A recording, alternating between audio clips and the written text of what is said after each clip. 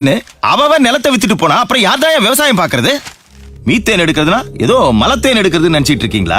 பச்சை போர்வையை விரிச்சு போட்ட மாதிரி கிடக்கிற நம்ம மண்ணை புல்டோசரையும் போர்வெல்லையும் வச்சு பொத்தலாக்கிடுவாங்கய்யா. பெட்ரோலு நிலக்கரியை விட பெரிய எரிபொருளாயா மீத்தேனுங்கிறது.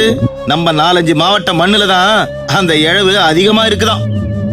அந்த இழவை வெளியே எடுக்க 6000 அடி ஆழத்துக்கு போர் போடுவாங்க. நிலத்துக்கு அடியில இருக்கிற மொத்த தண்ணியும் வெளியில எடுப்பாங்க. அந்த இடத்தை நிரப்புறதுக்கு கடல் தண்ணி உள்ள வரும்.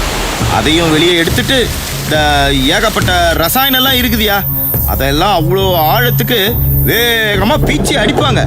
பூமியோட அத்தனை அடுக்கையும் புலந்துகிட்டு போய் அது கீழே பயங்கரமா வெடிக்கும்.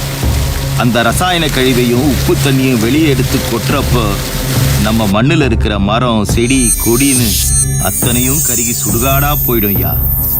பூமியோட அடுக்கெல்லாம் செதஞ்சு போய் நாம பெருமையா நினைக்கிற பாரம்பரிய கோயில்லாம் சுக்குநூறா நொறுங்கி போயிடும்.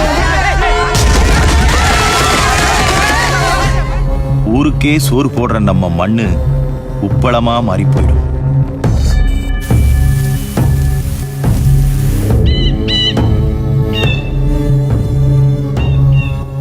நானும் கடன் வாங்கி தான் நட்டுருக்கிறேன்.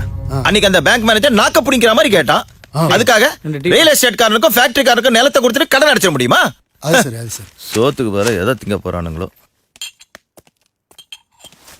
மாஸ்டர், ஒரு வடை ஒரு டீ. நாகப்பட்டினத்தில் விவசாயி பட்டினி சாவு, விவசாயிகள் சாலை மறியல். ஆமாம், இந்த விவசாயிகளுக்கும் வேற வேலை இல்லை, பேப்பர்காரங்களுக்கும் வேற வேலை இல்லை. பட்டினி சாவான் பட்டினி சாவு. மாசத்துக்கு 20 கிலோ அரிசி தராங்க, அதை வாங்கி திங்க வழி இல்லாமல் எப்படி சாக முடியும்? சும்மா பரபரப்புக்காக எதையாவது பண்ணிட்டு அப்புறம் பஸ்ஸை மறிக்க இறங்கிறாங்க. வெட்டி போய் எதுக்கு சட்டையை பிடிச்சா? உன் சட்டை பிடிச்சல உனக்கு ஒன்றும் பெருசா காயமாயிடல. நாளைக்கே செத்துற மாட்டேன். ஆனா இத்தனை பேர் மத்தியாலும் சட்டை பிடிச்சிட்டேங்கிற அவமானம் இருக்கல்ல, அது உன்னை சாகடிச்சிடும். சாப்பிட வழி இல்லாம சாகிறதுக்கு பேர் பட்னிச்சாவு இல்லடா. 4 பேருக்கு சாப்பாடு போட வழி இல்லாம போச்சேன்னு நினைச்சு சாவுறோம் பாரு, அதான் பட்னிச்சாவு. எங்க சாவுக்கெல்லாம் நீங்க பெரிதாப்பட வேணாம், ஆனா பழிச்சு பேசாம இருங்கடா, அது போதும்.